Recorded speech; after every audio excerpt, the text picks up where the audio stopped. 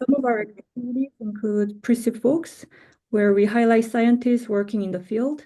And we also have Science Highlight, where we showcase recent journal papers related to precipitations. If you'd like to share your work or have a paper highlighted, please let us know. We'd love to feature you. We also organize quarterly seminar series like today's event. We bring experts to share their insights. Our final seminar of the year is a town hall at AGU. This year's town hall is titled Precipitation Beyond Science, Interdisciplinary Applications of Precipitation Data. We'll have 3 speakers discussing how precipitation data can be applied across disciplines, so it will be really fun. If you ever plan to attend AGU, please check out our town hall. And finally, to stay connected with us, please join our mailing list or follow us on social media. With that, I'll hand things over to Aaron and Danielle, who are the 2 moderators of the seminar. So enjoy.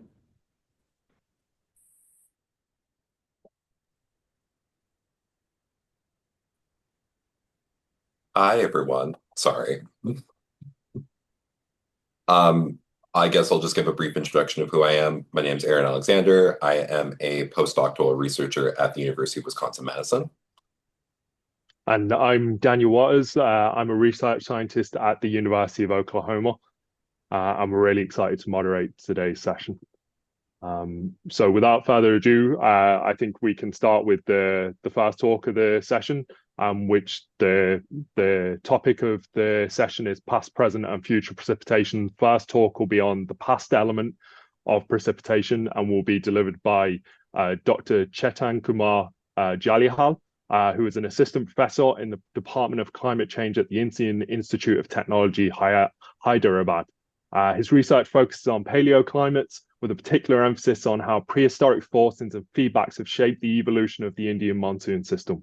He's a recipient of the Inspire Faculty Fellowship from the Government of India and the Alexander von Humboldt Postdoctoral Fellowship from Germany. Dr. Jalihal earned his PhD with the Best Thesis Award in Climate Sciences from the Indian Institute of Science, Bangalore.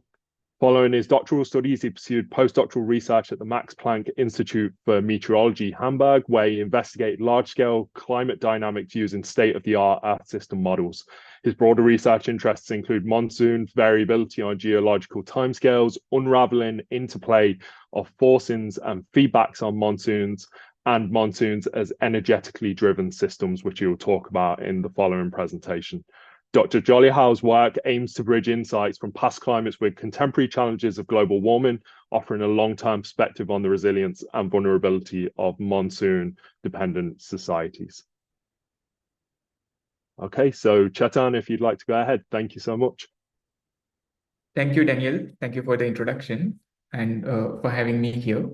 I'm going to share my screen. I hope you're able to see the slide. Yes, we are. Okay, great. I'm going to turn on my laser pointer.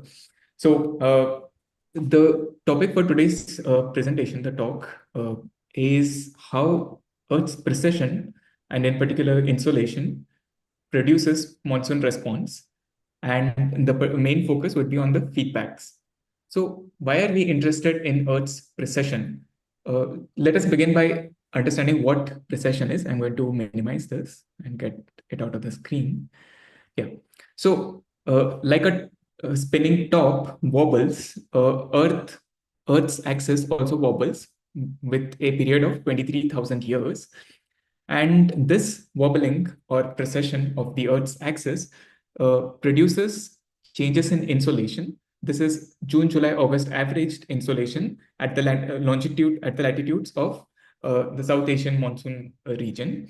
It can produce quite substantial changes in summer insolation over one precession cycle.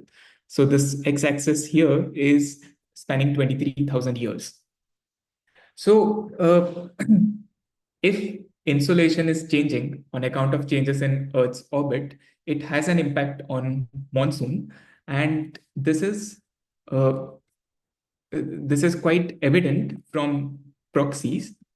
What is shown here is a reconstruction of monsoon from a cave in China. This proxy is delta 18O. So the y-axis on the left-hand side here is delta 18O. It's a measurement of oxygen 18 isotope in the cave sediments. The y-axis has been flipped. The more negative values are stronger monsoons. The less negative values are drier monsoon. The y-axis on the right hand side is June, July, August averaged insolation at approximately the latitude of the cave. So this insolation is shown here in the smooth red curve, and the magenta and purple lines are the delta 18O measured from this cave. The most striking feature here is that monsoon strength is almost in sync with the insolation at the 23,000 year period, which is the precession period of the Earth. There are these very small high frequency variability, which is related to internal variability of the monsoon system. And that won't be the focus of today's talk. Today, we would be focusing on monsoon following this precession cycle. So although from this reconstruction and many other such reconstructions, it is very clear that monsoon strength depends and is directly driven by the changes in insolation, which in turn is because of Earth's precession. There are certain aspects which have not been addressed in literature. One very interesting aspect I'm going to highlight here in the next slide. Shown over here on the left side is another reconstruction from the Indian subcontinent. The proxy is plotted on the y-axis. On the x-axis is insolation. So what is interesting here is that the sensitivity or the slope here is changing. The sensitivity of this proxy is different to insolation during different periods. So this corresponds to the period roughly 18,000 years ago to about 15,000 years ago. It was a very cold period. Earth was just beginning to come out of the recent ice age, and the sensitivity of monsoon to insolation is much higher during this time than it is during the later 10,000 years, the most recent 10,000 years.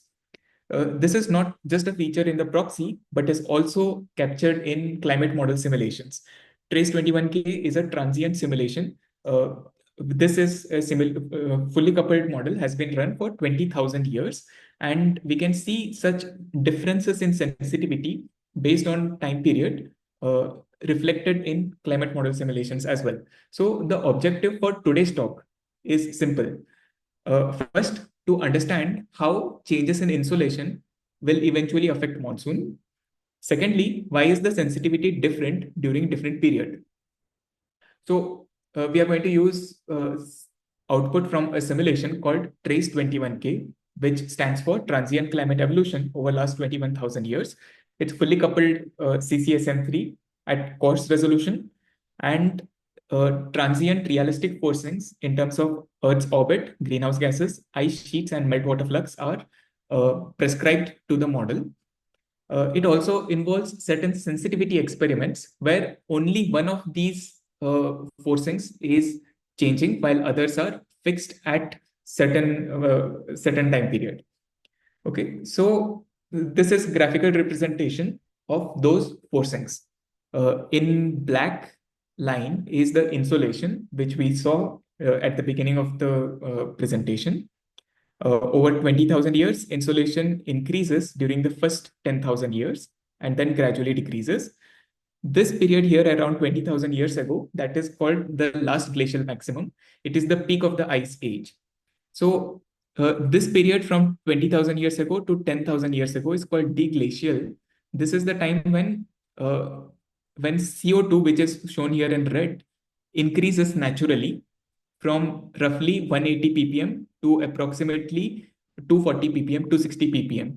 So this is natural global warming because of increase in greenhouse gas and also because of increase in insolation. Simultaneously, the ice sheet, the ice cover over northern hemisphere is decreasing during this period. And the next 10,000 years is called Holocene. During this period, ice sheets are fairly constant. Greenhouse gases are also fairly constant. There is approximately 20 ppm increase during this period, and insolation is decreasing. So during the Holocene, insolation is the primary or major forcing. So let us look at monsoon in the simulation versus proxy. So here shown in thick black plot is rainfall over India, land only. And in red is a proxy of the Indian monsoon. Both are showing fairly consistent evolution over this time period. The plot on the right-hand side is the same precipitation over India from trace 21K versus CMIP models. CMIP for pre-industrial, mid-Holocene, and the last glacial maximum. This shows the spread and the multi-model mean. So it is fairly close to the multi-model mean. So this model is as good or as bad as any other model. So before we get into it, we need to understand how monsoon evolves. So when insolation changes, there are shifts in ITCZ. So if because of Earth's changes in Earth's orbit, insolation moves into one hemisphere, the hemisphere gets warmer, and ITCZ shifts into the other to the warmer hemisphere. This has been the dominant explanation of why monsoon follows insolation. But this theory has limitation. To understand that those limitations, here is a schematic. This represents a cross-section of ITCZ. So this is equator 15 north, and this is the peak of the ITCZ. So there are three properties associated with it: the latitude of ITCZ, the width of ITCZ, and the intensity. Now, the shift in ITCZ, this theory, which it will associate or diagnose all of the changes in tropical rainfall to a shift in ITCZ. But in reality, all three properties could have changed. Therefore, this is a major limitation. So, for example, this is a proxy of latitude of ITCZ, and that is shown here in this orange plot, and Indian monsoon rainfall in blue. The black plot represents the north minus south summer temperature contrast. So between the two, the temperature contrast between the two hemispheres. This is fairly following consistent with the expectation. But the problem with this is that when you go from, for example, 10,000 years ago versus the present, there could have been a shift in ITCZ along with change in width and intensity. But since we are looking at one point, it is difficult to diagnose whether it is because of a shift or is it because of a change in intensity. So to address this, we have a derivative of the energetics of ITCZ known as energetics of monsoon. This uses conservation of energy over monsoon domain and conservation of mass over monsoon domain to derive an equation for precipitation minus evaporation in terms of two variables, QDiv and TGMS. QDiv is the total energy flux into the atmosphere from the top and bottom, and TGMS is total gross moist stability. It represents loosely the vertical stability of the atmosphere. So P minus E is directly proportional to QDiv. If QDiv increases, P minus E increases. It is inversely proportional to TGMS. Therefore, if stability increases, then rainfall P minus E over the monsoon domain decreases. Now, TGMS is very complex, is a very complex quantity. So we simplify TGMS by representing it as a simple function of water vapor. And therefore, we can rewrite P minus E as a function of two variables, QDiv and water vapor only. Now, QDiv is the sum of all the energy fluxes at the top and bottom. So this is insolation minus the reflected short wave minus OLR. Since this is land only, surface fluxes have been ignored. So let us look at P minus E over this time period. It was very low, approximately 1 mm per day during the peak of the ice age. It more than triples during this deglacial, and then very gradually decreases over the Holocene. So now, if we keep water vapor constant and allow only QDiv to change, then we get this plot, which represents the decrease during the Holocene. And it kind of explains this decline, but does not say much about what happens during deglacial. Now, if we do the other way around, keep Q diff fixed and allow water vapor to increase, to change. Then it explains all of the variations during the deglacial, but not during the Holocene.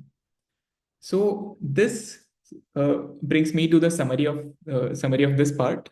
During the first 10,000 years, water vapor was driving monsoon, and during the later part, it was the total energy flux into the atmosphere which was driving monsoon. Now, since this can be represented in this manner, where albedo and OLR over monsoon domain are primarily influenced by cloud, this signifies the impact of cloud radiative feedbacks on monsoon. So now coming to the second part, how individual forcings affect monsoon. This is the sensitivity experiment where only greenhouse gases evolve. What is shown here is Q diff. Over the 20,000 years in this sensitivity experiment, Q diff is constant. Water vapor, which is in blue, is increasing. And P minus C over India, which is in black, is consistent with water vapor. If we go back to this equation, Q diff is constant, and all of the changes in P minus C are explained by water vapor. This is a very significant result. This also shows what is likely to happen in the future when with increase in greenhouse gases, that monsoon will change due to change in water vapor. This is the other sensitivity experiment where ice sheets are evolving, but others are fixed, other forcings are constant. Here also Q diff is constant, and changes in P minus E is explained by water vapor. But when we change orbital forcing, this is where things get interesting. In this experiment, in this sensitivity experiment, orbital forcing as well as water vapor both change. And therefore, in response to changes in orbit, both are important. But in this case, the impact of water vapor is dominant. So this brings me to the conclusion. Insolation can drive monsoon through two pathways, through energy that is Q diff, or through TGMS. Now, this pathway is dominant during warmer periods like Holocene, and this pathway is dominant during colder periods like the deglacial. Greenhouse gas and ice sheets do not affect Q diff at all. They affect only TGMS. And how do these three forcings affect TGMS? It is through impact on surface temperature and total column water vapor. So I will end with a cliffhanger.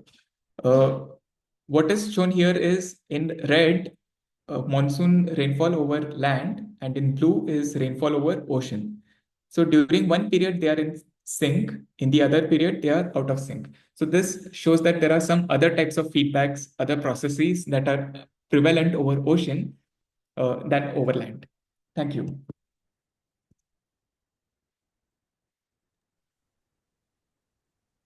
Thank you so much. That was really cool. Before Daniel introduces the next speaker, I want to make sure that everyone knows we're going to be taking questions at the end for all of our speakers. So if you have something burning, make sure to jot it down and then be able to ask it in about 30 minutes. If you want to message in the chat to just preemptively, you can go ahead and do that. Okay, I'm going to stop sharing then. Thank you so much. Thank you. Thank you, Chetan. Okay, so we've just gone through the talk on past precipitation. Now we're going to move into the present side. So I'm delighted to introduce Dr. Guilia Panegrossi, who's a lead research scientist at the National Research Council of Italy, Institute of Atmospheric Sciences and Climate. She graduated in physics at Sapienza, University of Rome, Italy, and she earned a PhD in atmospheric and oceanic sciences from the University of Wisconsin-Madison through the NASA Earth System Science Fellowship Program. She has nearly 30 years of experience in remote sensing of clouds and precipitation, and she is a leading expert in passive microwave radiometry and in the development of satellite precipitation products. Her current research interests span across satellite-based global precipitation monitoring and estimation, machine learning techniques in Earth observation science, development of Earth observation techniques for extreme weather monitoring and characterization, data assimilation and lightning physics, and studies on future meteorological satellite missions. She currently leads and manages participation in several projects and international collaborations, including the EUMETSAT Satellite Application Facility for Operational Hydrology and Water Management, where she coordinates the development of operational precipitation products based on the exploitation of current and future microwave radiometers. As a coordinator of the ESA Medicanes project, she leads the activity related to development for Earth observation techniques for Mediterranean tropical-like cyclones, monitoring and characterization. She's a member of the NASA Precipitation Measurement Mission Science Team since 2014, co-chair of the CGMS International Precipitation Working Group, member of the ESA Consultation Group, SEO, and member of the Science Advisory Group of the EUMETSAT Polar Satellite Second Generation Microwave Imager and ICE Imager mission. Thank you so much.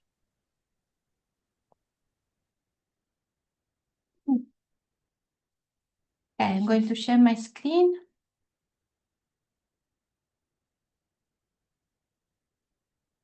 Okay. Can you see? Yes, we can. Okay. Thank you for this very long, detailed introduction. Thank you for this invitation. I'm very honored to be here today to present some work that we do here at my Institute for Development of Satellite Precipitation Products. I would like to acknowledge my colleagues who are in these slides, especially, and all the international colleagues that we collaborate with within and without and outside the PMM science team.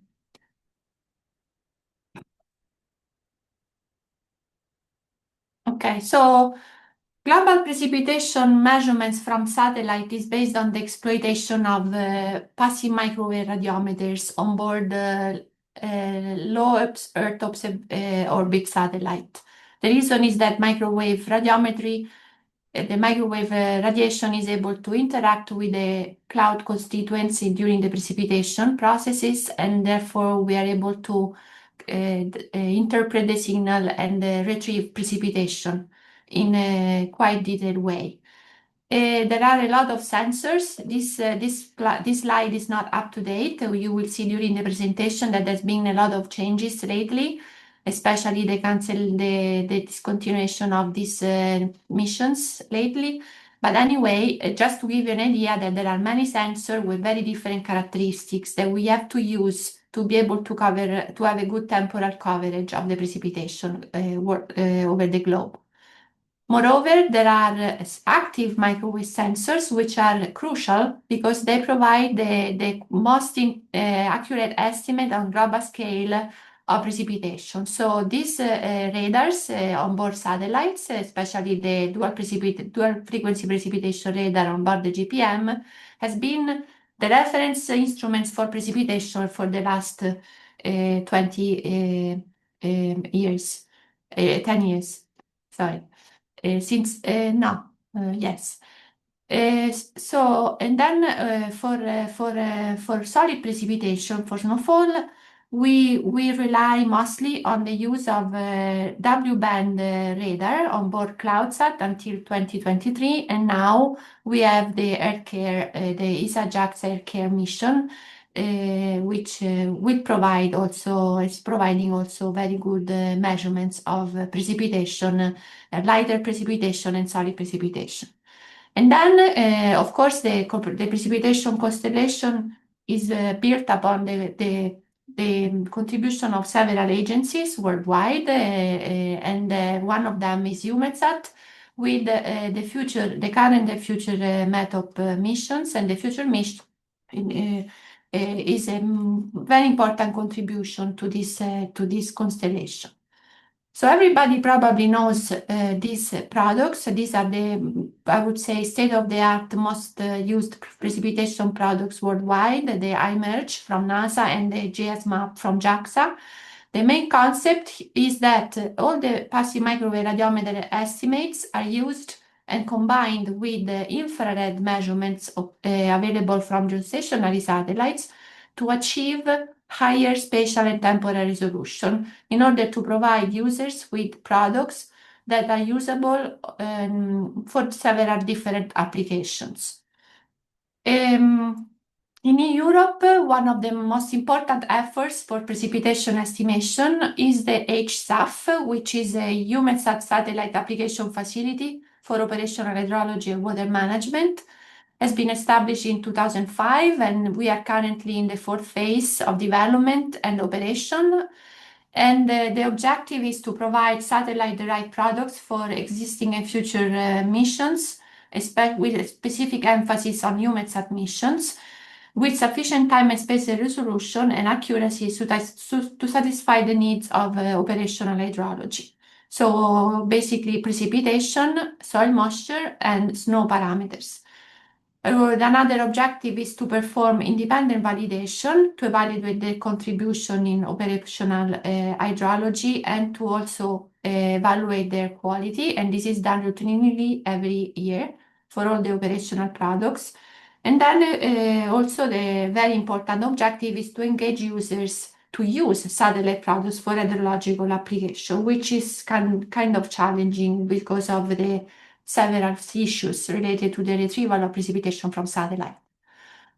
So in HSAF, the precipitation products are basically also based on the same concept, so on the exploitation of all available passive microwave radiometers that we have. Recently, we have developed new products to provide global coverage with dedicated snowfall and rainfall retrieval modules. These algorithms are all based on machine learning techniques. Here we see an example on the right side for the ATMS, which is the cross-track scanning radiometers providing global coverage. Here we have the phase detection, liquid, solid, and mixed. And then we have the retrieval of snowfall, as we can see. Of course, the accuracy is very much at the higher latitudes, and rainfall.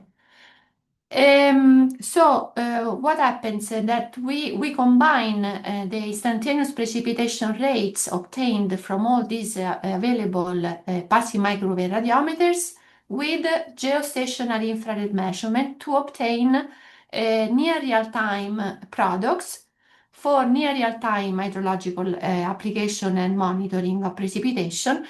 And the current products are based on rapid update blending techniques, where the precipitation rate estimates are combined in statistical manner with the infrared observations, and the precipitation is retrieved based on the infrared measurements.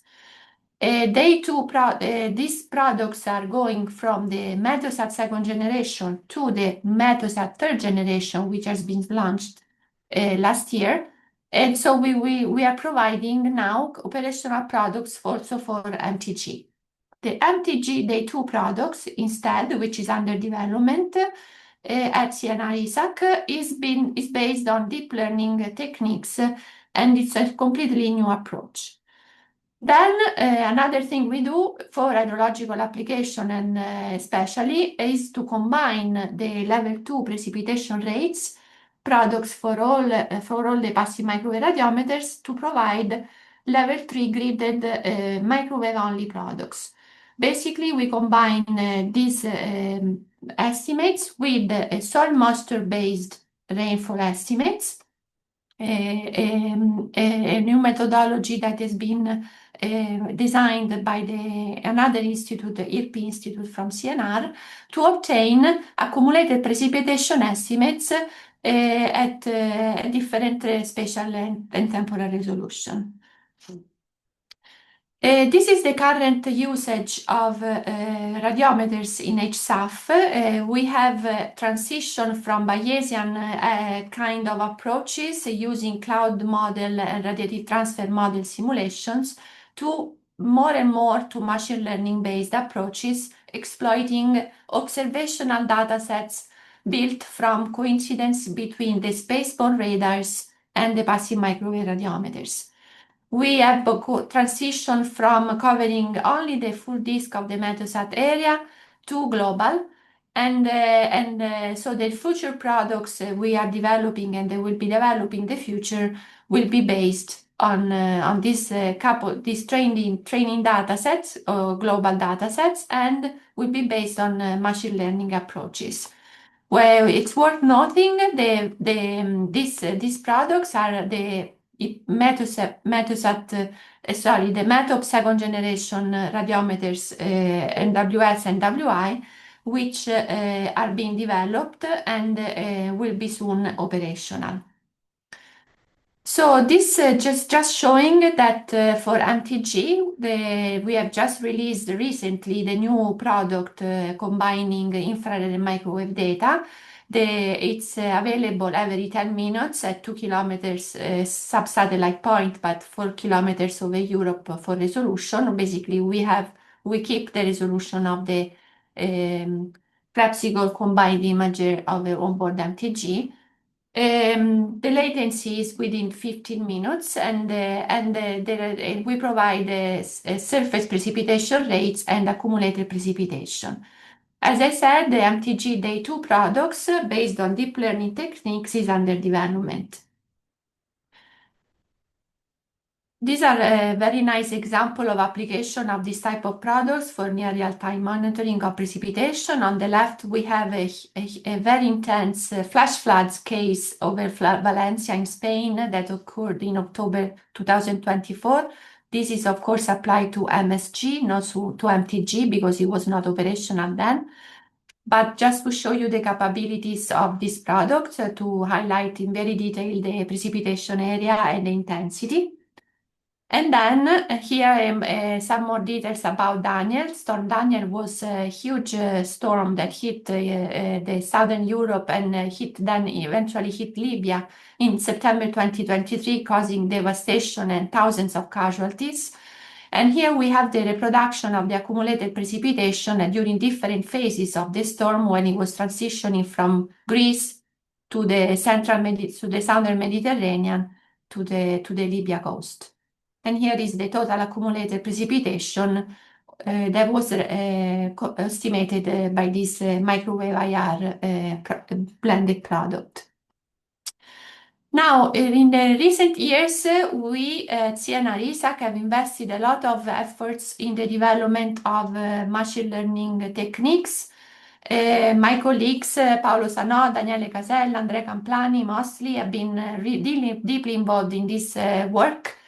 And basically, the good thing about machine learning is that it allows to extract information from large amounts of heterogeneous data and to exploit the synergy of different sensors, and also to handle undetermined highly nonlinear problems as for precipitation retrieval from space. The training dataset, as I mentioned at the beginning of my presentation, are based on the coincident datasets between active and passive microwave measurements, because the advantage is that the spaceborne radars provide the vertical profile of precipitation and provide consistency of precipitation around the globe, but the microwave radiometers cover a wider area, and there are many of them, so we have a very good temporal coverage. So through the machine learning techniques, we are able basically to try to replicate the spaceborne radars physics into the retrievals for the passive microwave radiometers. And we have different techniques that have been developed and especially different products for the different sensors.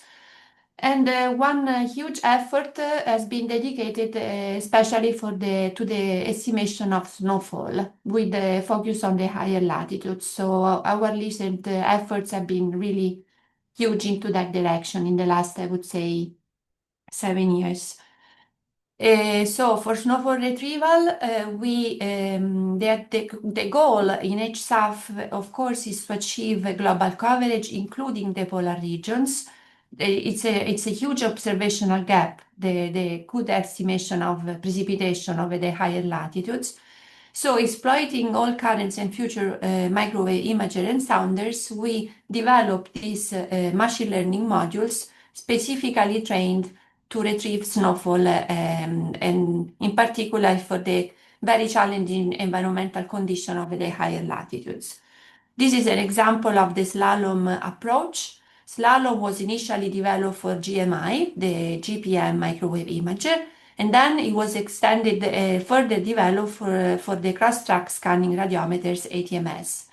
These developments were all done in view of the future European EPSSG mission, of course, but they also they demonstrated the very improvement provided by the use of machine learning techniques.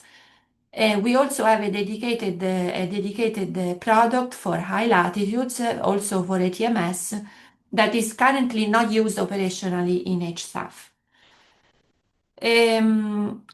Now, I would like to show you just an example of an application of this kind of retrieval of snowfall. This was an atmospheric river extreme snowfall event in the central Antarctic Ocean.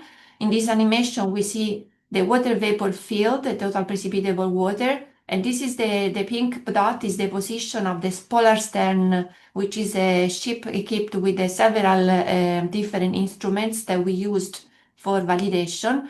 And here we Dr. see Panegrossi, that, you have 1 minute left. yes, as the river approaches, we can see that we have a very high intensity of the estimation of the snowfall over the region of interest. See the intensification right when the river hits the Polarstern. So I wanted to mention that, as I said, that we are developing the precipitation products for the EPSSG mission that will be delivered in 2026 and 2027 after the commissioning phase of the new satellites. They are built on machine learning modules dedicated to rainfall and snowfall. Here we see some example of snowfall rate estimation for the NWI radiometer algorithms, for the NWS radiometer algorithms. These day one products are built using the currently available radiometers, so ATMS for NWS and GMI for NWI.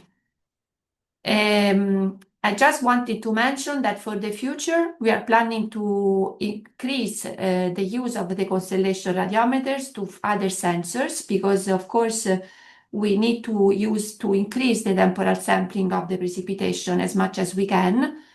And currently, the temporal coverage is very limited, especially considering that these missions will be are discontinued. So in the future, we propose to use several different radiometers to be able to have a very good coverage of the precipitation. I will skip this. I wanted just to go to these important perspective and challenges. So there is, of course, the increasing use of machine learning and deep learning techniques that have also some challenges. For example, the need of computational power, data availability, and the representativeness of the training data sets used for building these models. There is an increasing development of multi-sensor, multi-platform, multi-channel approaches. And this also is very challenging because of the different characteristics of these sensors. There is a lot of research and development activity around challenging precipitation retrieval, high latitudes, orographic precipitation, and warm rain. And the big challenge is how to maintain GPM approach in the future, because we have, of course, the GPM mission will end, and we have to face the problem of not having anymore the dual frequency precipitation radar as reference and the GPM microwave imager as intercalibrator of all the massive microwave radiometers.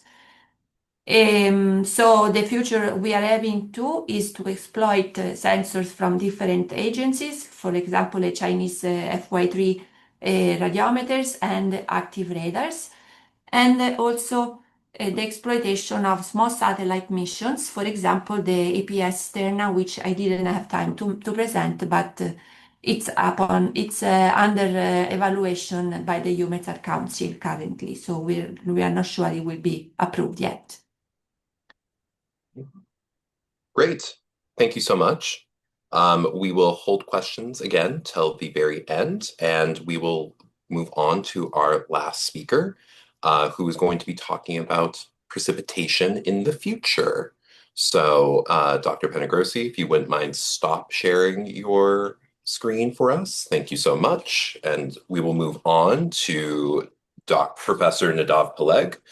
He leads the Hydrometeorology and Surface Processes Research Group at the University of Lausanne. He examines hydrometeorological processes across multiple spatial and temporal scales, with a particular focus on how extreme precipitation can be influenced by climate change and urbanization and the resulting impacts on the hydrological cycle. He has developed stochastic and physically based statistical models to simulate long and continuous precipitation time series, and then employs numerical physically based models to investigate individual events. Professor Peleg's recent work has concentrated on the European Alps, and he is currently contributing to the CH 2025 project, which assesses changes in precipitation extremes across all of Switzerland. Without further ado, let's welcome Nadav Peleg to be able to talk to us about future precipitation extremes. Yes, thank you very much. Can you see the screen and hear me? I hope. Yes, we can. Yeah. Perfect. Okay, so I will start. So first, thank you for the invitation, for the nice and very long introduction. I will talk about future precipitation extreme, but actually it's even more specific. I will talk about short duration extreme rainfall. And let's start with the motivation and explaining what is this short duration extreme rainfall I'm referring to. So we will talk about sub-hourly, also hourly precipitation and how they will change in the future climate. And why we are interested in sub-hourly precipitation. This type of precipitation, which are often convective in nature, occur in Switzerland, mostly in summer. I guess that in some other location all year round. Those are the type of precipitation that are often related to triggering of natural hazards, such as flash floods, urban pluvial flood, debris flow, and so on.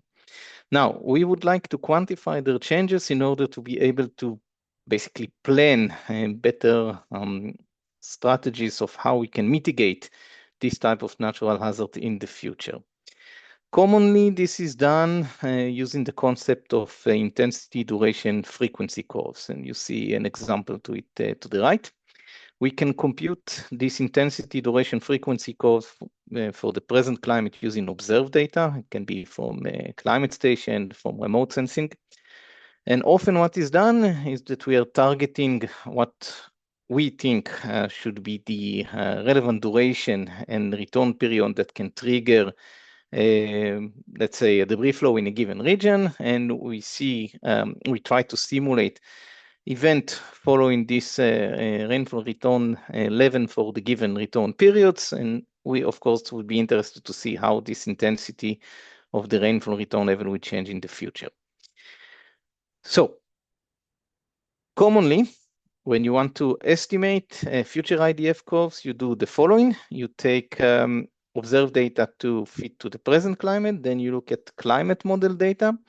You do a bias correction to bring the data from the climate model to your local point of interest, can be city scale, catchment scale, or local climate station even.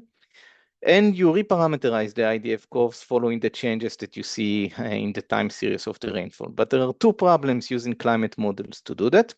One, if we are doing a bias correction or statistical downscaling, we are already introducing some uncertainty into the processes because we are bringing a new process into the estimation of the return period. And the second issue is that general circulation model and regional climate models, so GCM, RCM, they're actually not explicitly resolving the convective precipitation.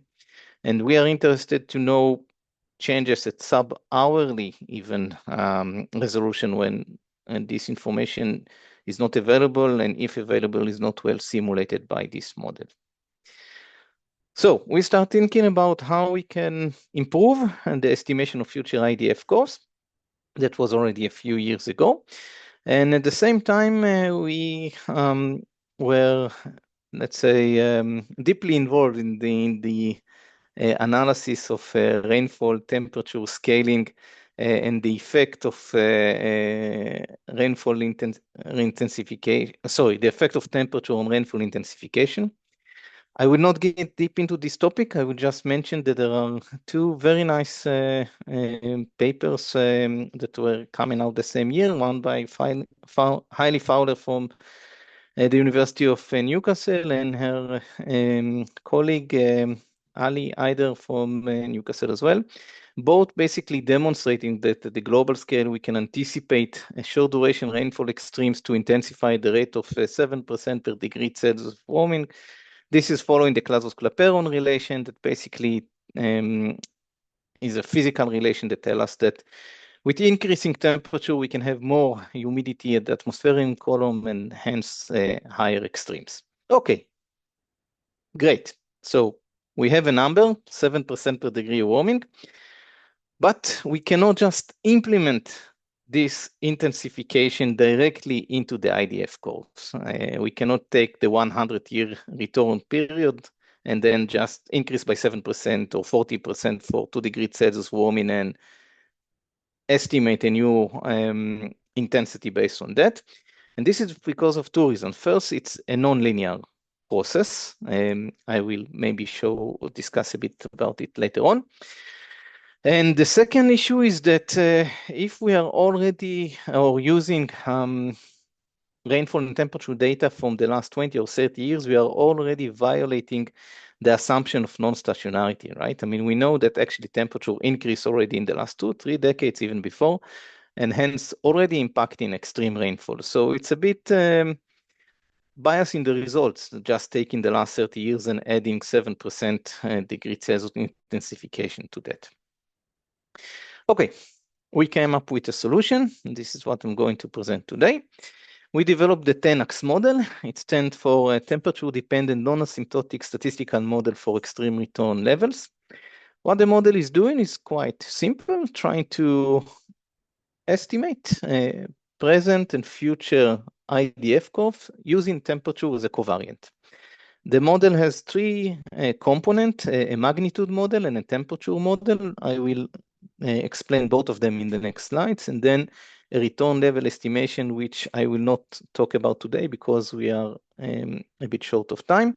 This return level estimation, it's exactly what it sounds. It's basically a metastatistical extreme value analysis method that allow us to go from the rainfall time series to the IDF curves. So let's talk about just the first two, the magnitude and the temperature model. We start with the temperature model because this is quite easier approach. So the dashed line that you see is the observed temperature, distribution of the temperature for the 24 hours preceding the rainfall event. So we are not looking at the air temperature seasonally or daily. We are actually looking just on the temperature that is affecting the rainfall events. And we are quantifying or fitting a general Gaussian distribution to this empirical data, which is the blue line that you see on screen.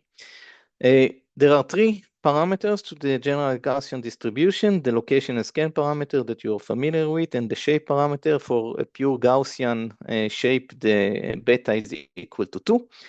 We are fixing, in our case, beta to be equal to 4. So there are actually just two parameters that we need to play with, the location and the scale. Okay, let's keep that in mind and move to the other model, which is the magnitude model. Let's start by explaining what we see here. So this cloud of points that you see here on screen represents the peak 10-minute rainfall intensities for individual rainfall events, plotted as a function of the 24 hours temperature that are measured just before the event. What we see already from this cloud of points is that if we try to look at some, let's say, trends, it's very difficult to visualize them. But if we try to look at the trends for the 99 percentile, 99.5, and so on, so for the extreme, we see that there is some condition here, right? I mean, as the temperature increase, we can have higher rainfall intensities. This is actually what we expect. We would like to resimulate this cloud of points, and we will do that using a Weibull distribution. But we will not use the Weibull as it is. We will take the scale and the shape parameter, and we will condition them on the temperature that we see. So for the scale parameter, we are conditioning the temperature in an exponential way. And this is coming directly from the Clausius-Clapeyron relation. For the shape parameter, we actually don't know. So we try both exponential and linear way. Here it is now plotted with the linear way. The good news is that it's actually not that important. We found that in most applications, it is enough to condition just on the scale parameter. We can get into that maybe later in the discussion. What we do next, we have the temperature and the magnitude model, and we take from the climate model how temperature is changing. So this is the red line that is plotted here now. We change the mean and the standard deviation, and you can see that we increase the tail so we can allow more extreme rainfall to occur in higher temperature than what is today observed. And with the magnitude model, we can stochastically generate this cloud of points and basically estimate what will be the new 99, 90.9, and so on extreme rainfall that we'd like to account for. Okay, let me show you quickly that this is working. We have many stations from Switzerland here. We can focus on one. In blue, you see the empirical extreme rainfall analysis and the fitted line coming from the TENAX model. So it's very nice fit.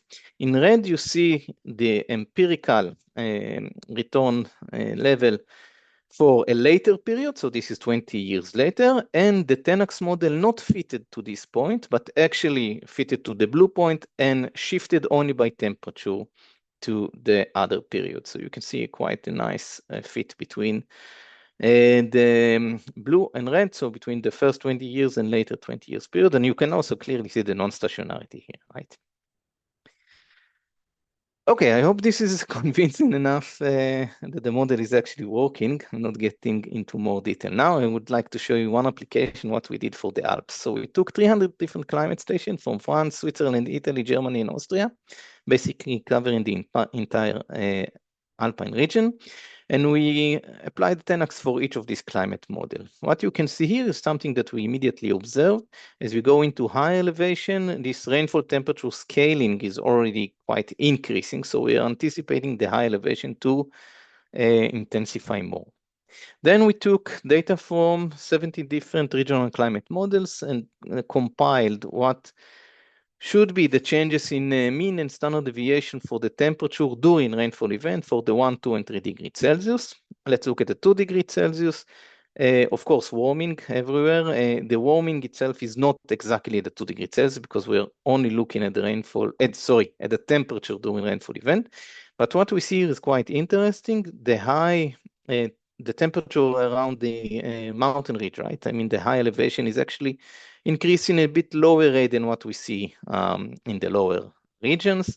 But if we look at the standard deviation, that's the opposite signal, right? I mean, now we get a higher increase in the standard deviation along the high mountain ridge. And this is critical because, again, we are interested in the tail of the temperature distribution, which will have a longer tail, and the change will affect the tail more significantly in the high mountain region in comparison to the surrounding, hence implying on more higher intensification rate. And this is indeed what we found. We see here an example to the changes in the frequency of the 50-year return period return level of today. So basically, under a 2-degree warming, we are anticipating almost tripling of this 50-year event over the high mountain region, and let's say something around 2,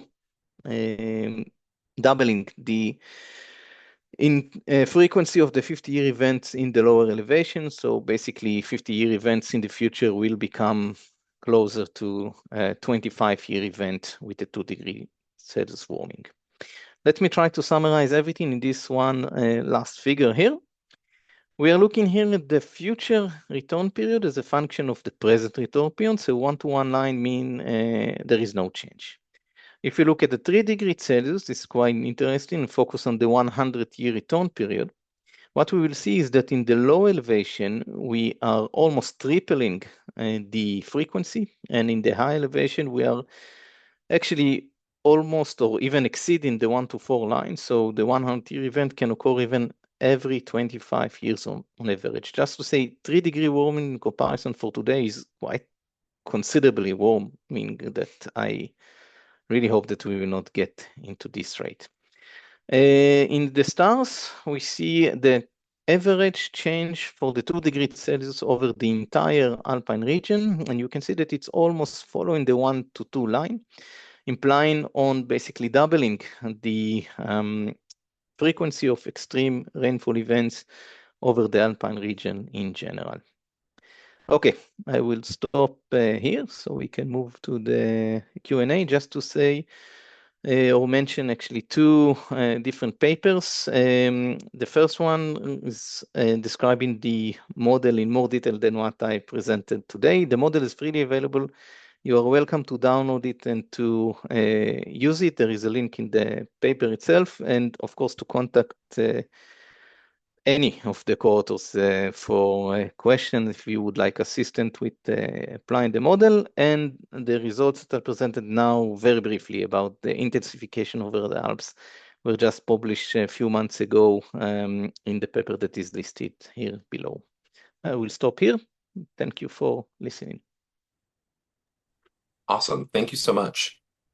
That was great. Unfortunately, I don't think that we're going to have time for the question and answer session, but anyone who is attending can feel free to email any of our speakers. One last thing before everyone jumps off is that I want to plug one more time our AGU town hall that we're going to be having at AGU this year, which is in the middle of December, called Precipitation Beyond Science, Interdisciplinary Applications of Precipitation Data. So make sure if you're attending AGU to come join us and have a fun time and connect with people who are at the seminar. Daniel, do you have anything else you want to add? Just finally, just to say thank you to all the speakers. They were really great presentations, and we really appreciate the 3 perspectives and your efforts to introduce us to different topics over in the US. So thank you. We really do appreciate your input. Yeah. Thank you all. I hope that everyone has a great day. Thank you. Bye.